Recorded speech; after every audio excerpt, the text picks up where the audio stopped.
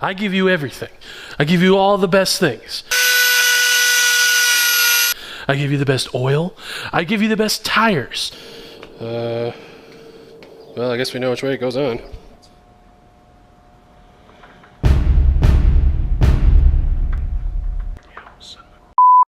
That did not work out very well.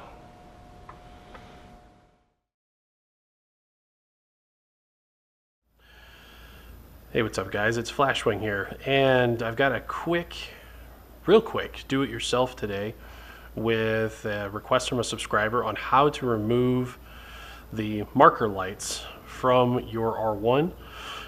Since I only have a 2009 and up R1 to demonstrate for you today, that's going to be the specific one I'm going to be showing you. However, I imagine the process is going to be fairly similar for every other bike that's constructed similarly.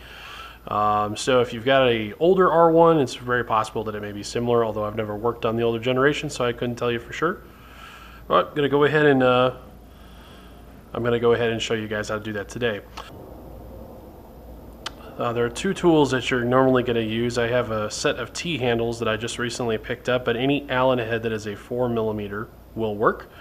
And then I also have a punch that I'm going to be using to remove the like the push pin mounts on the inside, and I'll show you how to do that as well. So very simply, these are all quick release pins or quick release bolts on this particular fairing. So all you have to do is just pop these loose, and for the 09 and up there's 3 on top, and then there are 2 on the bottom. The bottom ones you may need to catch just so they don't fall out.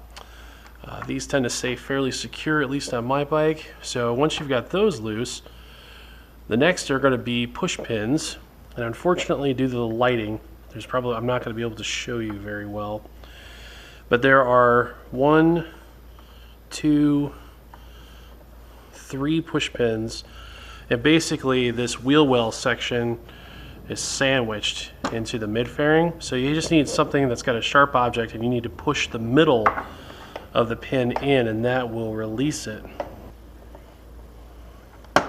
There's 1. There's 2. The one on top's the easiest one to see. That's 3. So all you have to do is just kind of give this a little jiggle, but these pins will fall out. As you can see, they go everywhere. So be sure to collect them so they don't get away. So now, the only places that are being held, or the only places where the mid fairing is being held in place, are 2 notches here and 1 notch right here at the nose piece.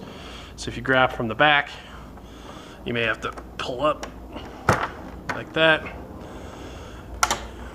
and you just have to kind of wiggle it, and then it comes loose.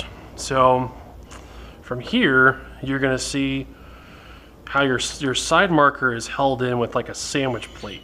So as you can see here, basically these are the Watsons. These are different than OEM, but the concept is going to be the same. There'll be a sandwich plate that basically holds it in place here in the back, and then there's basically a construction on the front that holds it in place so it stays inside of this little holder. So you just have to undo the sandwich plate and take it off, and then you'll have to disconnect. Again, this harness is slightly different. The OEM piece is actually right here. So you'll disconnect the harness at the OEM location, and then it'll come out you'll basically be able to remove it from the front. And the new one, you slip it through, you mount the sandwich plate, hook everything back up, and you're good to go. I will quickly show you how to actually reassemble this, because it's just a couple of steps.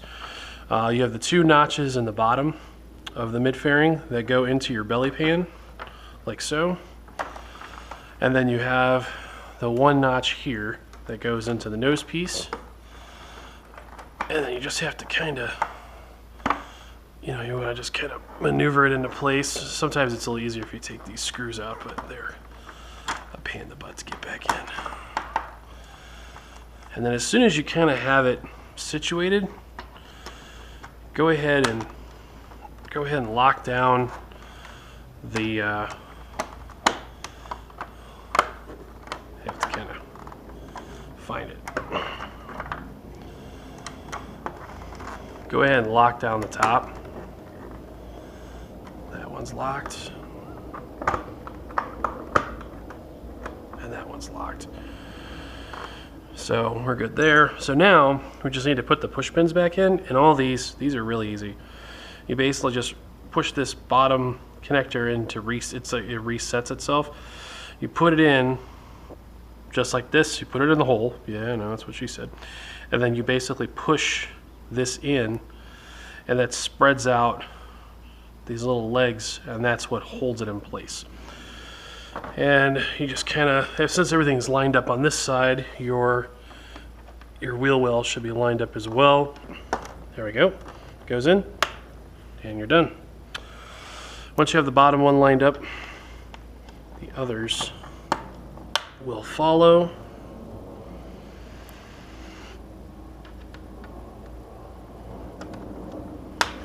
We're all done there.